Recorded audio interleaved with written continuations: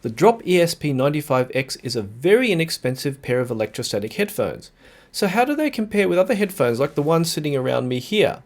Well, Drop sent me a pair to find out. They also were the first pair of headphones I've ever received that came disassembled.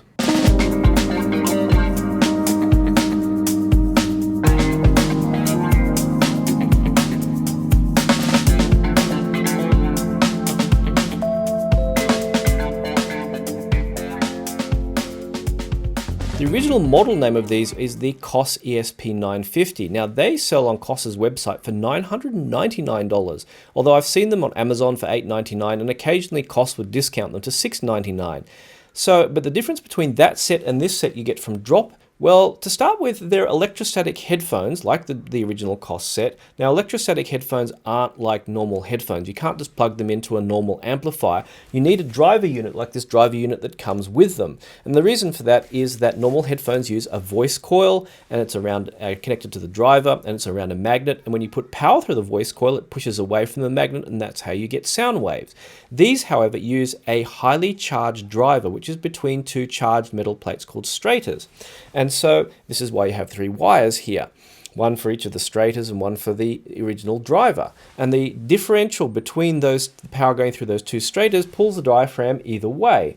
Now that, of course, as I said, requires this little box. Now the interesting thing about that is, like static electricity, of course being very high voltage and having almost no current, which is why it doesn't kill you. And like these, they use about this very high voltage power, but extremely low current. So the original Koss set, you could actually power off batteries. And Koss wasn't alone in this. Stax actually made energizer units for their headphones which powered off batteries using the same kind of technology. Now in the Drop case, it doesn't come with a battery power box, so that probably saves a bit of money. But Koss has this video on their website of these being taken apart, packed up, and then reassembled at some location so they can use them as a kind of portable unit. Now the problem with these is they're not actually really very portable. I mean, you can see they're quite large, but the other thing is they have zero isolation. So if I put them on my head, the difference between sound around me is very little between having them off my head and on my head. I can hear everything going on around me still, even with music playing. And likewise, if I play music, anyone around me will hear what's the music that I'm listening to. So they're not really very portable. And you can't buy closed back versions of them. I mean, the only closed back electrostats that I know of was a Stax pair designed for use with MRI machines, designed because normal headphones can't be used with MRI equipment because of the strong magnetism. So those, since we don't have closed back electrostats, well, they're not going to be really truly very portable. They're not something you kind of go in the bus with, especially even if you did have the battery pack. They're definitely for home use or somewhere where the noise, the music coming out the sides isn't noticeable. The other thing, of course, with not being able to make them closed back is if you've ever used electrostatic headphones, is you listen to music, you bring your hands anywhere close to the drivers, you'll hear the sound start to change because of the effect of the sound bouncing off your hands and back onto the drivers, causing a change in how the music comes out. You'll hear this actually in some modern headphones like these Sundaras, which use very thin diaphragms. You can hear much the same effect if you put your hands anywhere near them. So that's something coming up as planers get thinner and thinner diaphragms. So in that, but I mean the design, I mean these are so old. I'm sure they were originally designed back when I was a child and they haven't been updated since. Now I don't know the exact date that they created. I know Koss, I think, was founded in 1958 or so. Stax started making electrostatic headphones in about in the 60s. I think it was 63 maybe. I don't remember when the SR1s came out. And so electrostatics actually have been around a very long time. And this pair, as I said, seems to have been made and then never updated since, maybe except for a few minor cosmetic changes. But if these are like the plastic is just so old and so basic, and you've got these vinyl edges on the ear pads, and the material is like super old style foam. I mean, everything just reeks of like 1980s electronics, if not 1970s electronics. And the downside, if you can already hear it near the microphone, is they do tend to creak a bit. So even on my head, if I start moving around, I do hear the odd creak occasionally when listening, which isn't the best. And this old style foam old style ear pad isn't really the most comfortable, and it's also, you can probably hear it's a little bit noisy.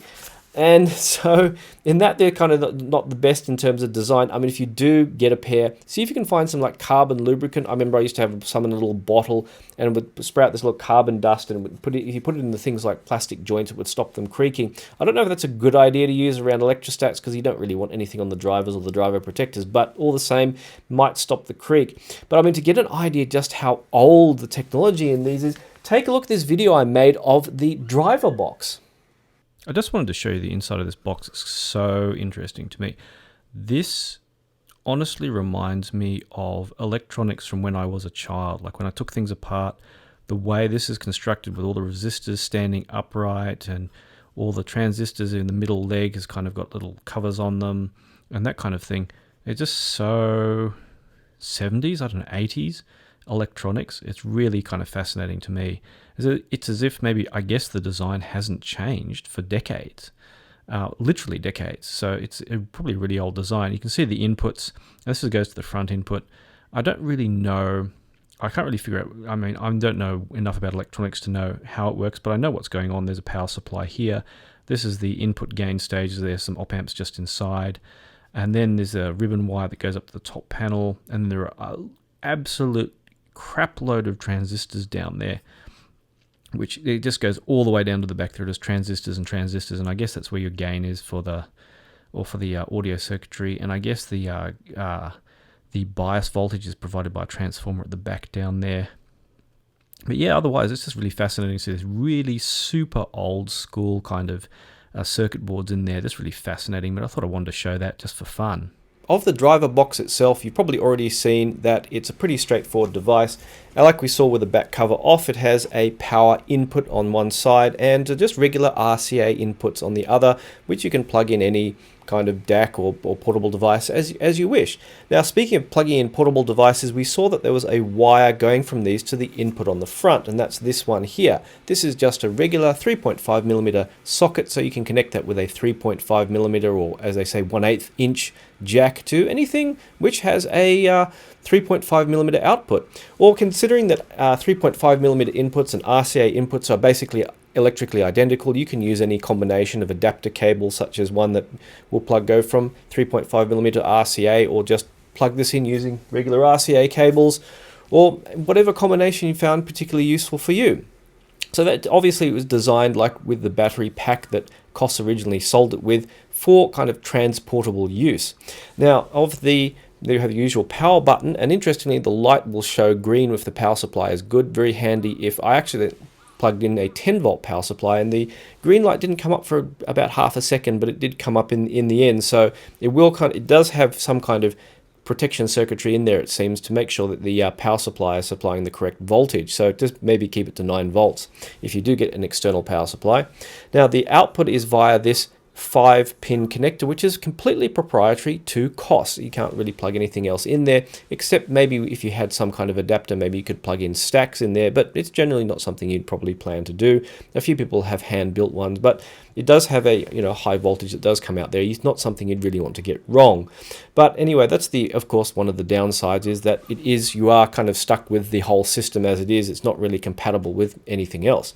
Now, the volume control is a little bit of a tricky one, because the left and right can be turned separately. So you can actually adjust the balance by adjusting how far each of these is turned. And for the odd person out there who does have imbalanced hearing, this could be very convenient. For the rest of us, however, turning them perfectly together is a little bit tricky. So if I do turn the volume, there's some lines in there so I can keep them aligned. But as I turn it, no matter how hard I try, I always tend to get them very slightly off, although I've done a pretty good job just now. So what I'm tempted to do if I was owning this thing is put a few tiny dobs of super glue that were maybe fairly easily removable if I desired later, just to keep them perfectly aligned for when I turn the volume up, to make it easier. That's kind of a little bit of an irritating thing, or for the occasional person might be a convenient thing. And speaking of convenience and all that, let's get on to how they sound. So as headphones go, how do they compare? Well, I got something around the kind of similar price range that you might get from Drop, such as the HD6XX plus the THX AAA 789 amp, or maybe Hi-Fi Man's Sundaras. And, well, that was quite an interesting comparison. Now, I would probably call these as fairly flat and neutral, kind of tuned in terms of tuning, And that's probably a little bit more kind of speaker flat rather than these, which maybe I call headphone listening flat, which probably compared to what I'd say speaker flat is maybe very slightly V-shaped. So, but in the end, they're not going to give you the kind of presentation that, say, planers or normal headphones do, in that they give a kind of very clean and airy presentation, as if the music kind of just floats out and reaches your ears in that way. That's one of the things that's most likable about them, is that they have a very non-fatiguing treble, and that the mid-range is very clean and clear. And, well, there is some bass punch, but not a huge amount. I mean, they're not going to give you good bass rumble.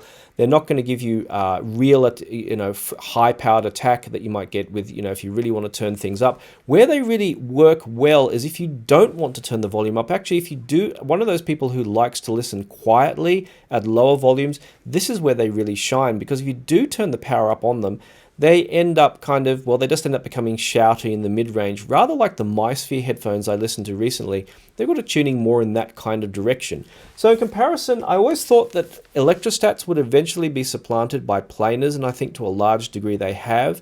I mean, for a pair of electrostats, you have to plug them into one of their driver units. You can't use a normal headphone amplifier, and you can't use a different, well, you can sort of use different electrostats with, if you have stacks, or you have an adapter connector, and when you start wanting to get into the high end of electrostats, you end up having to spend really thousands and thousands of dollars, whereas the kind of price of very good headphone gear has come right down, like some of the gear I have sitting here from Topping and the THX amps. But for people who do want to try electrostats, well, they do have a presentation that's really, really nice with acoustic music, and something that really suits me. If you really like your vocals, you really like your, say, guitars, violins, classical, jazz, especially stuff where you prefer kind of a delicate and precise presentation, these sound really, really nice. They bring out the music in a way where it seems like the music is coming out to you. It's not kind of being forced out to you like it can be the sound with some various headphones. So, for example, the good old 6XX kind of sounded... the 6XX are always been a really excellent pair of headphones, especially in their original HD650 form, and especially now, kind of, $200. I mean, of course, they've been a huge seller and a hugely good headphone. But compared to the cost, they kind of sound more closed in, kind of more shouty around the mid-range. And they're kind of, the overall balance is a little bit maybe more mid-range focused than flat. These Koss electrostats sound kind of more open. The music comes kind of more freely in. They kind of sound a little bit more detailed. They're not ultra detailed like high-end headphones, but they have such a non-fatiguing, it's kind of very suitably present treble that you kind of don't really notice and don't really care. I mean, they're just so nice to listen with. Now, in that, the bass, well, there's a reasonable amount of bass kick in there. A funny thing that we used to say Stax is very good for listening to Spongle. And if you haven't been Spongled, well, you really need to be one day, because it's really excellent psychedelic music. And when I dip into that kind of music in that kind of direction, that tends to be what I listen to. But the really fast music is where electrostats really work well with very fast drivers. Although, of course, things like planar headphones, such as the Sundaras and other models, have caught up a lot. I think electrostats were always the old classic for when you wanted really fast moving music and you really wanted the headphone to be able to keep up with that. Now, in that, I found the bass a little bit weak, I suppose, with the stock setup. I gather there are third-party ear pads which you can get from them, and I did want to try some third-party ear pads before shooting this video, but it was a little bit hard to get a set because they all seem to be all sold out. But apparently you can get other ear pads which, with different materials, will probably change the frequency response slightly and maybe bring out a bit more bass. But what I found very helpful was, now that the driver unit comes with a very basic 9-volt wall wart, and it doesn't really require much power at all. So I just had a spare linear power supply floating around, which I just adjusted to 9 volts and plugged in. And there was a little bit more bass punch and a bit more overall clarity from them using that. So you can buy like 9-volt linear power supplies all over eBay, a lot of stuff from China. And that kind of basic thing, trying to just push the whole setup a little bit up into the region where it was actually very pleasant to listen with daily, even despite the fact that I have all these really nice headphones around me to listen with. It pushed these into the territory that if it weren't for these kind of very uncomfortable ear pads and the creakiness, I would actually find them a good set to listen with in general. Now, you're probably wondering, so what do they pair up with in terms of things like DACs and other devices? I find them kind of very non-fussy. I just tend to use them with whatever works for you. I tried them with a Modi multi-bit, for which, the Modi multi-bit's very kind of mellow sounding, and they worked really well. I've got a Bifrost sitting behind me and a topping D90. Yep, no problem. And lately I've been listening to them because I have an Yggdrasil. Well, I'm going to use the Yggdrasil, and they sound a little bit more sharp and clear out of that. But, whatever you have on hand, even if it be a portable player like a DAP, you can plug DAP straight into something like this driver unit. It only has 2 RCA ports on the back, which, just like everything else, which you can adapt to a 3.5mm readily with very common cables. I mean, that's what the original Koss setup came with. So as far as kind of if you're not someone who listens at high volumes, if you'd like maybe at a quieter listening level, something more soothing level of background music, you're big into acoustic, like me, you could find these very, very pleasant. You're not going to be punching out, high volumes, which of course, as I always say, don't listen to high volumes if you don't want to damage your hearing, because once it's damaged, it's not recoverable. If you're kind of, and if you're the kind of person who needs a lot of punch and slam, maybe not the kind of headphones for you. If you want to try stacks out, if you want to try Electrostats, they're certainly a very good pair to try out, and especially if you grab a linear power supply from somewhere, and they do sound very, very nice and can be very easy going to listen to, especially, as I said, with acoustic music. So in the end, well, these are kind of a relic, but, at the price they're asking for, a really nice relic. And apart from the minor comfort and creaking issues, if you do want to try Electrostat headphones out, I highly recommend them. So thanks once again for watching. If you do have any thoughts, post them in the comments section below. Any positive, negative, or constructive criticism is always welcome. Also, did you try a pair or do you own a pair? Leave some of your impressions in the comments below, because it also helps people who watch my videos to get extra information, seeing more than one person give their own thoughts on what worked and what didn't work for them.